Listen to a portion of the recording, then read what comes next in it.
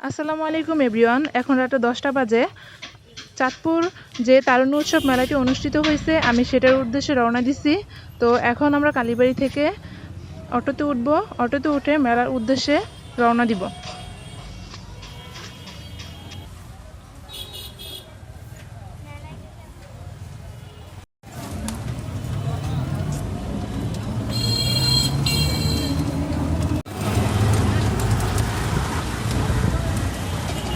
অবশেষে মেলাতে পৌঁছে গেছি।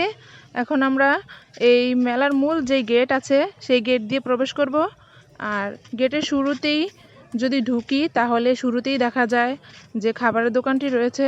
এই দোকানটি এখানে বিভিন্ন প্রকার আচার আর মুরুলি বা মিষ্টি জাতীয় যে কোনো ধরনের খাবার এখানে বিক্রি হয়। আর আমরা যেহেতু অনেক রাত্রেবেলায় আসছি, তার কারণে দেখা যাচ্ছে যে প্রায় মেলাটি জনমানবহীন শূন্য। বলতে গেলে মানুষ খুবই কম, কারণ এখন যেহেতু অনেক রাত্রেবেলা, তাই অনেক মানুষই বের হয়ে যাচ্ছে। আমরা মূলত মাত্র প্রবেশ করলাম। এখানে অনেক ধরনের সিরামিক্সের বাটি, থালাবাটি বা যে কোনো ধরনের আসবাবপত্র পাওয়া যায়। মেলার ভিতরে অনেক ধরনের স্টলই বসছে। তো দেখি ভেতরে আর কি কি আছে। তো যাওয়া যাক।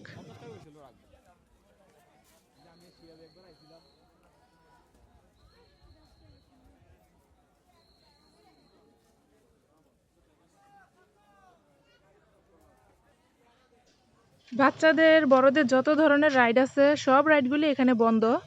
অনেক রাত্রে হওয়ার কারণে মানুষ যেহেতু খুবই কম, সুতরাং এখানে এখন মানুষ নেই বললেই চলে। আচারের দোকান যেখানে প্রায় সময় অনেকটা ভিড় লেগে থাকে, এখন সেখানে একজন মানুষও নেই। তো আমি দেখলাম এখানে কি কি আচারের আইটেম আছে। আমার কাছে আচারগুলি তেমন একটা ভালো লাগেনি বিধায় আমি এখান থেকে কোনো আচারও নেইনি। তো দেখি সামনে আরও কি কি পাওয়া যায়।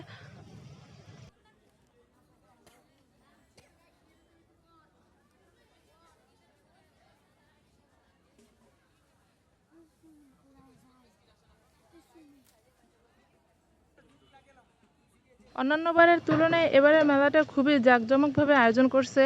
অনেক ধরনের লাইট, তারপর ডেকোরেশন ফিটিং করছে দেখা গেল। আর অনেক ধরনের রাইডও আছে। এই যে সামনে দেখা যাচ্ছে এটা মূলত পানির ফোয়ারা। সন্ধ্যাবেলা এটা আর যদি আসতাম তাহলে দেখতে পারতাম, খুবই ভালোভাবে এখানে সাজাইছে।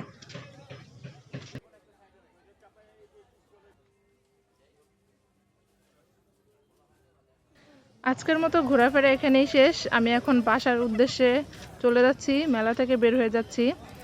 দেখি মেলার বাইরে থেকে কিছু নিতে পারি কিনা। এখানে দেখলাম বিভিন্ন ধরনের বুট বাদাম বিক্রি করছে, তো এখান থেকে আমি বুট ভাজা নিয়ে নিলাম।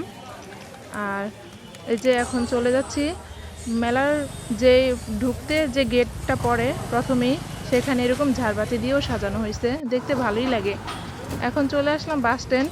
এখান থেকে ভাবলাম একটু হালিম নিয়ে যাওয়া যায় কিনা। তো হালিম নিলাম এখান থেকে। হালিমটা নিয়ে সরাসরি বাসার উদ্দেশ্যে রওনা দিব। অবশেষে কিছু কথা, সেটা হচ্ছে যে প্রায় 2 বছরের মতো আমি চ্যানেলে কোনো ভিডিও আপলোড করিনি। তার কারণ হচ্ছে যে নানান ধরনের বাধা বিঘ্নতা, নিজের পড়াশোনা, নানান ধরনের ব্যস্ততা থাকার কারণে তার হয়ে ওঠেনি। তো ইনশাল্লাহ চেষ্টা করব এখন থেকে তা কন্টিনিউ করার জন্য। তো আজকের মতো এখানেই শেষ। সবাই ভালো থাকবেন। খুদা হাফেজ।